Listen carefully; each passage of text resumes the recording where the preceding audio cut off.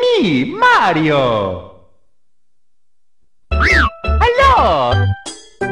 Hey guys, Critical Redemption here with another video game review, and this time we'll be reviewing one of the most classic games for the Nintendo 64, Super Mario 64 for the original N64. Let's get into the story for this game. Super Mario 64 begins with a letter from Princess Peach inviting Mario to come to her castle for a cake she had baked for him. However, when he arrives, Mario discovers that Bowser has invaded the castle and imprisoned the princess and her servants within it. Using the power of the castle, 120 power stars to lock everything up. Many of the castle's paintings are portals to other worlds, which Mario could jump through and access. Bowser's minions keep watch over the stars inside the paintings. Mario explores the castle for these portals to enter the world and recover the stars. He gains access to more rooms as he recovers more power stars throughout the game, and eventually it traverses the 3 different obstacle courses, each leading to its own battle with Bowser. Defeating Bowser the first 2 times earns Mario a key for opening another level of the castle. After Mario defeats Bowser in the final battle, Peach is released from the stained glass window above the castle entrance, and you see a cameo from Yoshi. Peach rewards Mario by kissing him on the nose and baking him a cake she had promised him. So that's the quick story for the game, and I also want to talk about the gameplay. So Super Mario 64 is a 3D platformer where the player controls Mario, obviously, through several courses. Each course is an enclosed world in which the player is free to wander in all directions and discover the different environment without no time limits. The world are filled with enemies that attack Mario, as well as friendly creatures that provide assistance, like Toad, for example, or offer information or ask for a favor, such as Pink, Peach Loving, or Bomb Buddies. The player gathers stars in each course. Some stars only appear after completing certain tasks, so mine that, often hinted at by the name of the course. These challenges include defeating bosses, solving puzzles, racing an opponent like Cooper the Quick, and gathering coins. As more stars are collected, more areas of the castle hub world become accessible. The player unlocks doors in the castle with keys obtained by defeating Bowser in special courses, like a mini boss battle, for example.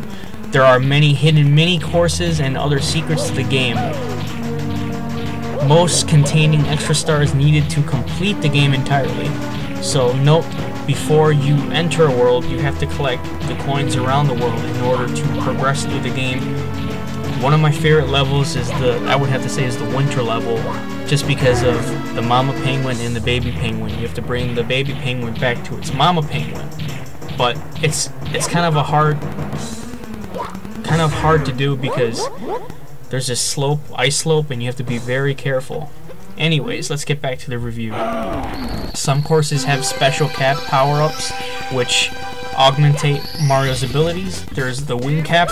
It allows Mario to fly. The metal cap makes him immune to most damage, like Metal Mario. And the wind stand, which makes Mario fly and go underwater, and he's unaffected by like toxic gas. And the vanish cap renders him partially for a few seconds, and he allows him to walk through walls and take no damage.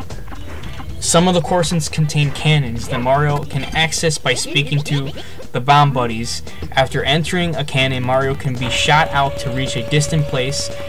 When the player has the wing cap, cannons can be used to reach high altitudes and fly across most levels quickly. But remember that you cannot fly for that long. Mario will fall to his death.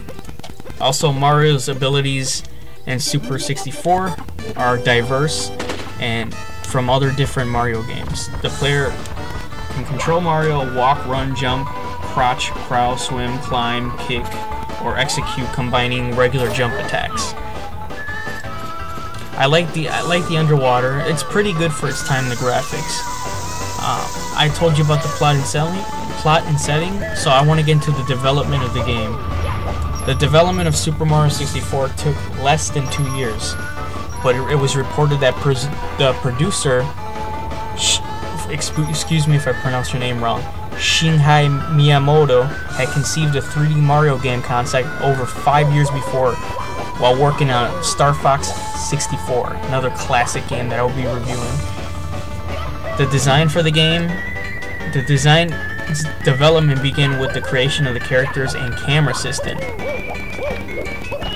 The system also includes the designers controlling Mario, making Mario move, and it took a couple months actually.